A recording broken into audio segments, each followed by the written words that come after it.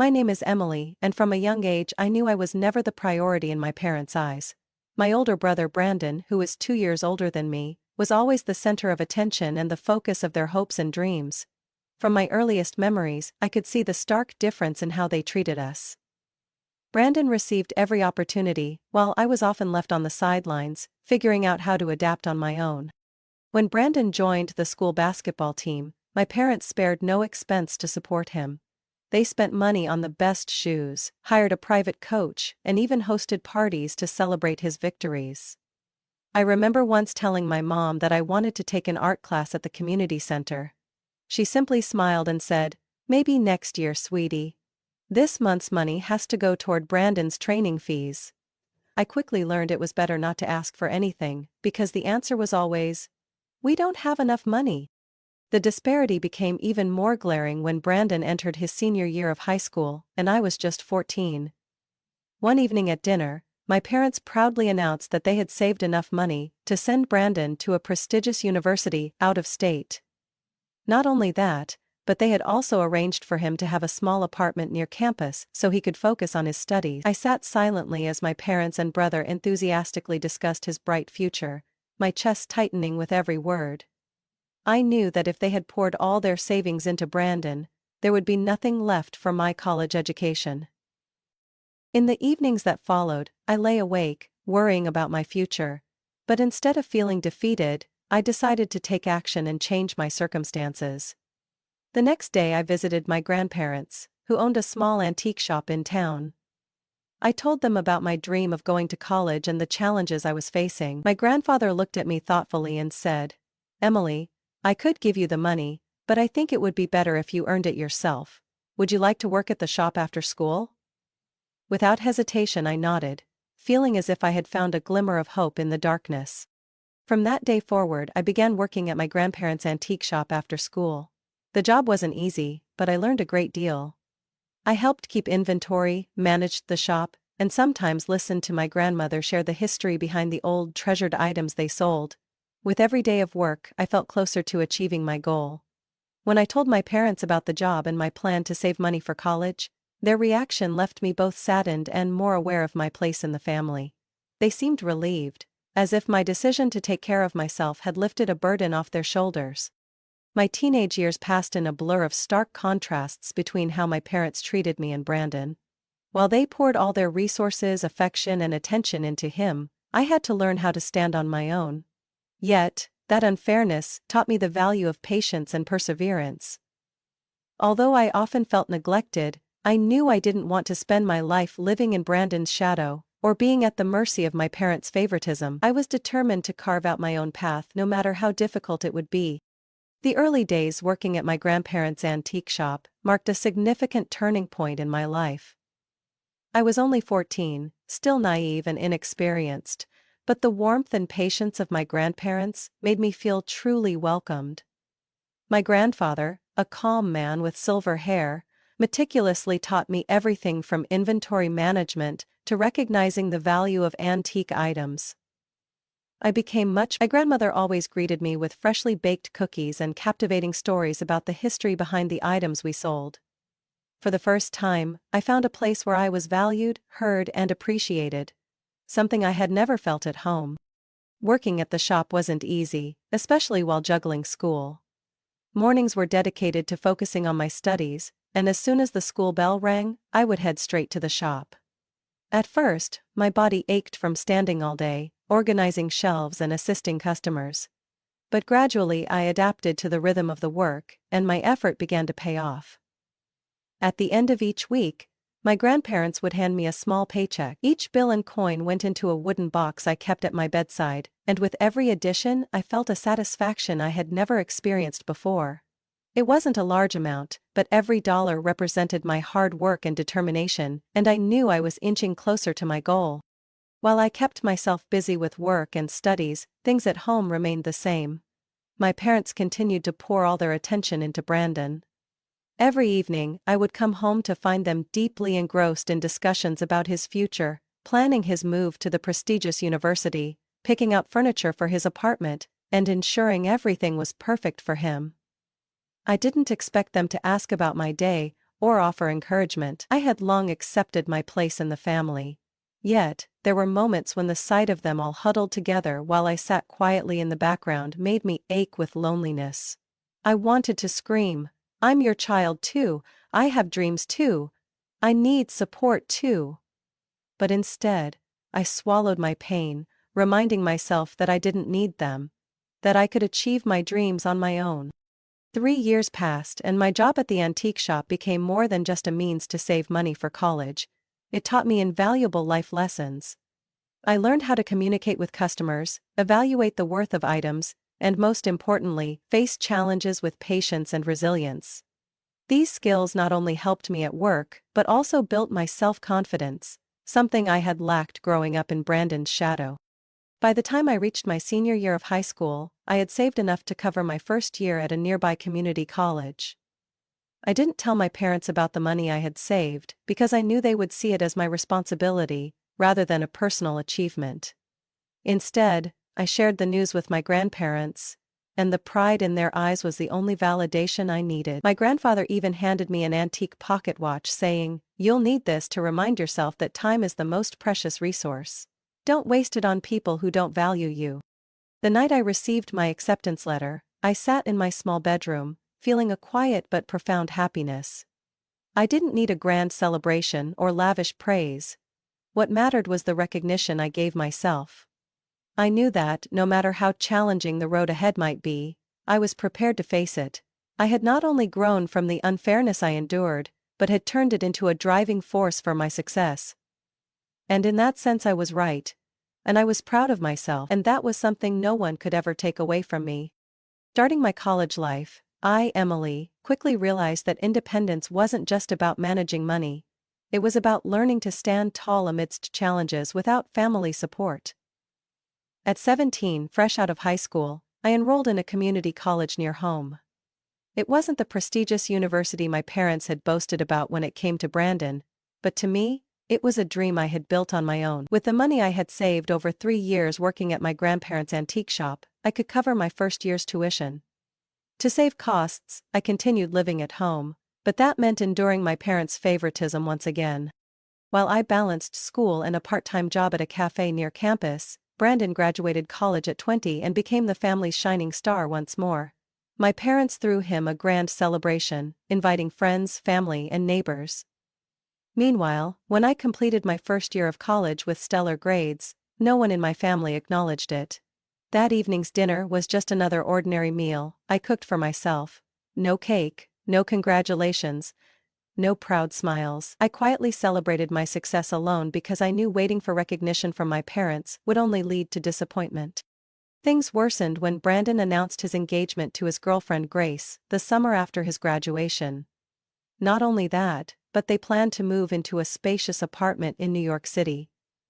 An apartment my parents readily supported financially to help them start their new life.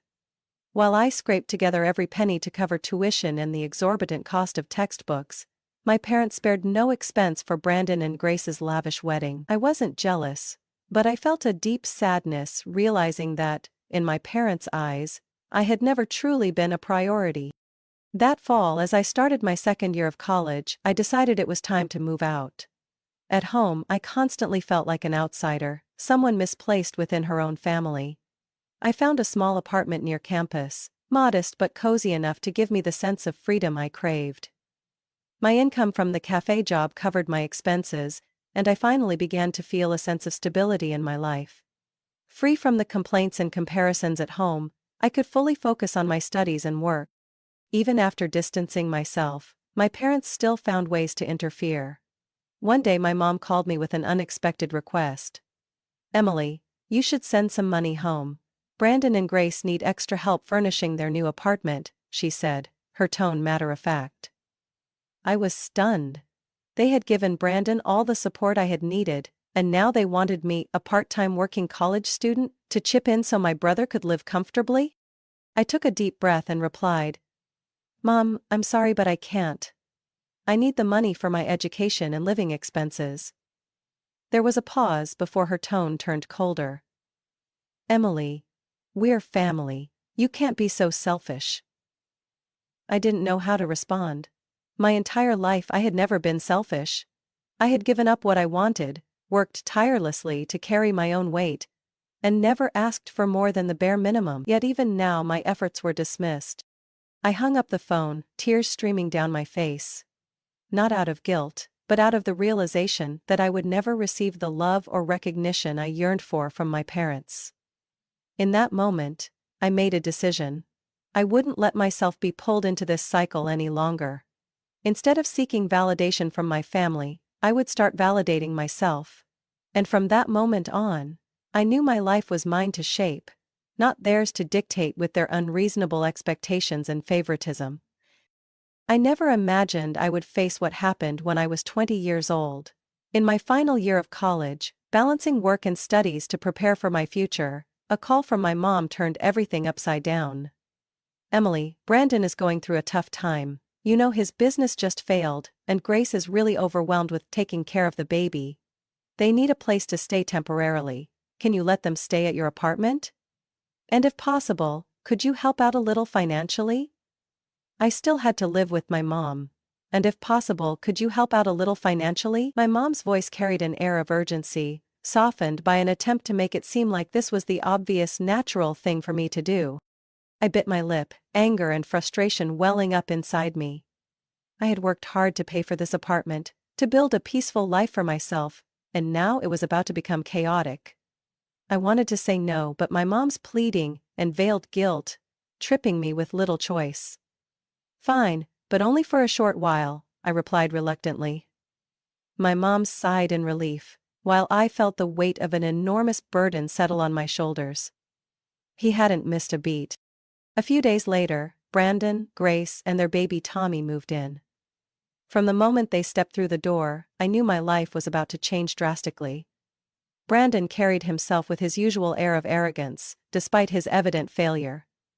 Grace looked perpetually exhausted, and Tommy's cries filled the small apartment, making it nearly impossible for me to concentrate on anything. Within weeks, my once peaceful home had turned into a chaotic mess. As I said, baby toys littered every corner, dirty dishes piled up in the sink, and tension hung thick in the air as Brandon and Grace bickered constantly. I tried to endure it, but things got worse when my parents demanded that I contribute more financially to support Brandon. "Emily, you've had a steady job, and you've been paying rent for this apartment all along, but now that there are more people, costs have gone up. We need you to chip in more," my mom said, her tone more of a command than a request. I tried to stay calm, but inside I was fuming. "But I'm sleeping on the couch, and I'm the one paying for everything here. Brandon and Grace could contribute a little, right?" I argued, trying to keep my voice steady. My mom simply responded, "Brandon has been through a rough time. You can't expect him to contribute right now." The unfairness of it all left me feeling even more disheartened. I was footing all the bills, living on a couch in my own apartment, while Brandon and Grace enjoyed the bedroom without contributing a dime. Every evening after work, I came home to a messy apartment, Tommy's relentless cries, and Brandon's complaints about how he didn't deserve to be treated like this. I felt invisible, reduced to nothing more than a means to accommodate everyone else's needs. Precisely how it should have been. In an attempt to improve the situation, I once suggested, "Brandon, my company is hiring for a few positions. I could refer you to HR, it could help you get back on your feet." But he just scoffed and replied, "A low-level job? Emily, I'm a businessman, I don't do menial work." His arrogance and lack of accountability were the final straw. I realized that no matter how much I sacrificed, Brandon, my parents, and Grace would never appreciate my efforts. End of page. Eventually, I knew I couldn't keep living like this. One evening, after staring at a pile of dirty dishes and listening to Tommy's cries that seemed endless, I opened my laptop and started searching for apartments. I found a small studio near my workplace, affordable with my salary. That night, I made the decision to move out and leave behind the people who had taken my help for granted. The next morning I called my mom and told her about my decision. She tried to persuade me to stay, but this time I didn't waver. I had endured enough, and it was time to prioritize myself. Moving out felt like lifting a massive weight off my shoulders. Even though I knew my parents wouldn't understand, and Brandon would likely continue to label me as selfish. I didn't care anymore. I had done everything I could for them, and now it was time to live the life I deserved. I knew my decision to move out would anger my parents and Brandon, but it didn't matter anymore. Years of living under the weight of favoritism and expectations had taught me that if I didn't stand up for myself, I would forever be a tool for their convenience. After that final conversation with my mom, I didn't return to the apartment right away. Instead, I spent the evening walking aimlessly, feeling a mix of relief and heaviness in my heart. Yet, the next morning, I woke up early and started packing.